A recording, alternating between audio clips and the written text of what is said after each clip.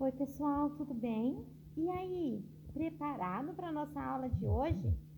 Nós vamos começar a história, nós vamos começar nossa aula com uma história muito bonita, uma história que se chama Desculpe-me. Essa história, ela serve para você que vive fazendo coisa errada e pedindo desculpa. Então, prestem bastante atenção, porque isso pode acontecer com você.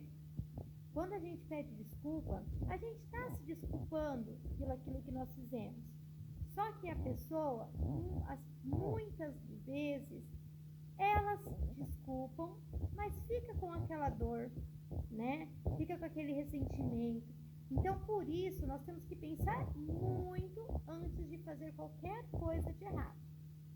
Vamos então ver o que acontece nessa história e qual é o aprendizado que nós temos dela?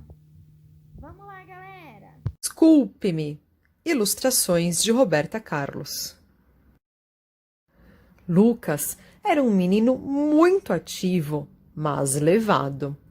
Às vezes, falava sem pensar e, por isso, quando estava com raiva, acabava magoando e irritando as pessoas. Mas, em seguida, quando via o que tinha feito, pedia desculpas. Ele fazia isso o tempo todo. Desculpe-me, tia. Desculpe-me, mãe. Desculpe-me, amiguinho. E assim por diante. Um dia, na escola, Júlia, uma coleguinha muito comportada, esbarrou nele e os cadernos dele acabaram caindo no chão. Ele então disse: "Sua burra, não olha para onde anda, não? Sua cega!"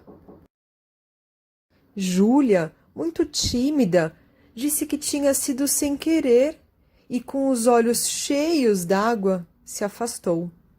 Depois de alguns minutos, Lucas viu o mal que tinha causado a Júlia e, mais uma vez em sua vida, disse: "Júlia, desculpe-me, eu estava nervoso, tá bom?"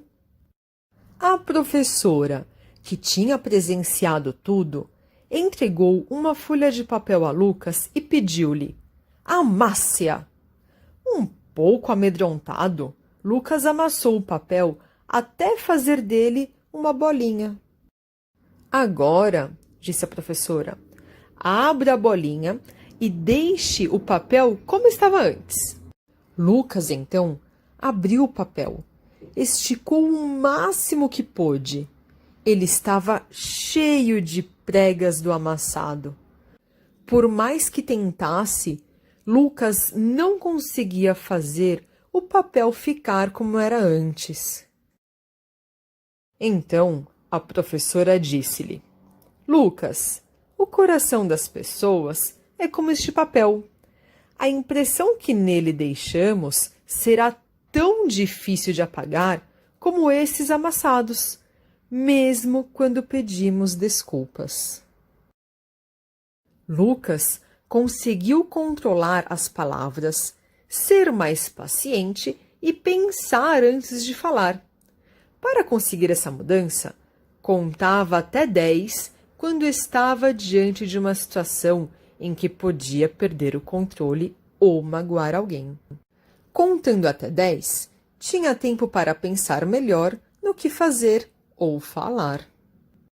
E esta lição, aprendida quando era criança, muito o ajudou em sua carreira, pois um piloto de avião transporta vidas e precisa estar sempre muito calmo e seguro quando está pilotando. A impressão que deixamos nas pessoas é impossível de apagar.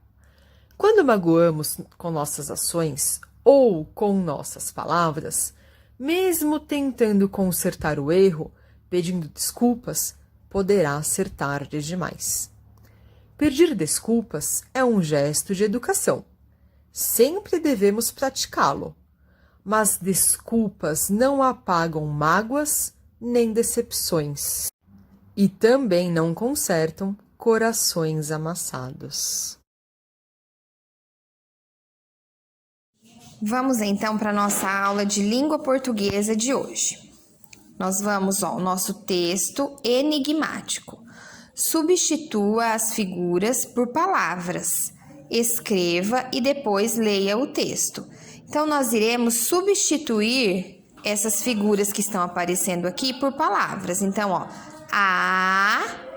qual a figura que tem? Casinha. Então, vocês vão escrever a casinha da vovó, tá? Escrevam aqui nessa linha.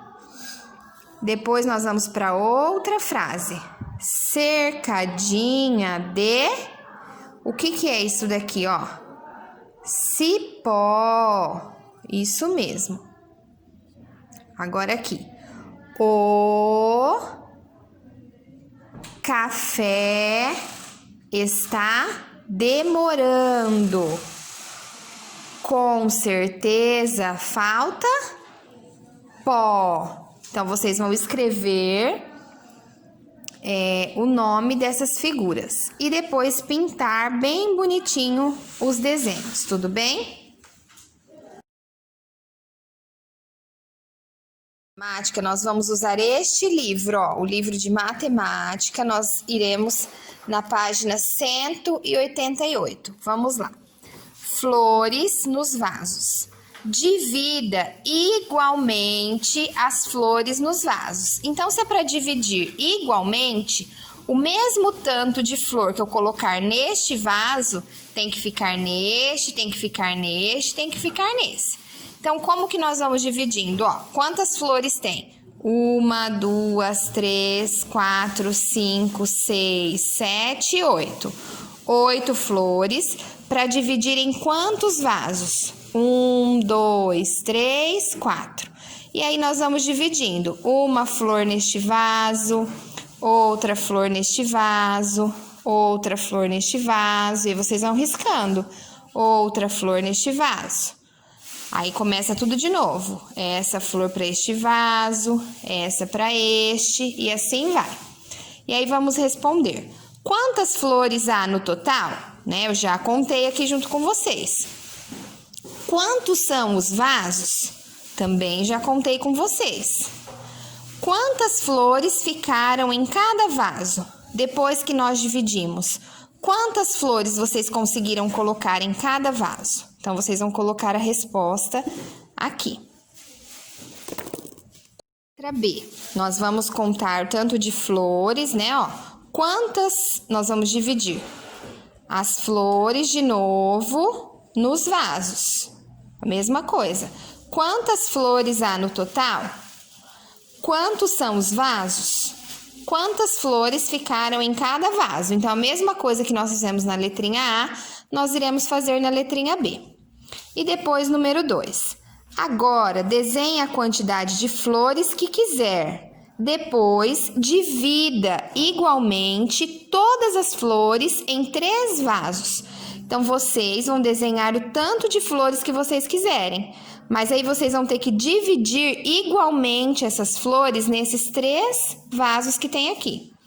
Quantas flores ficaram em cada vaso? E aí, colocar a resposta aqui. Qualquer dúvida, estamos aqui.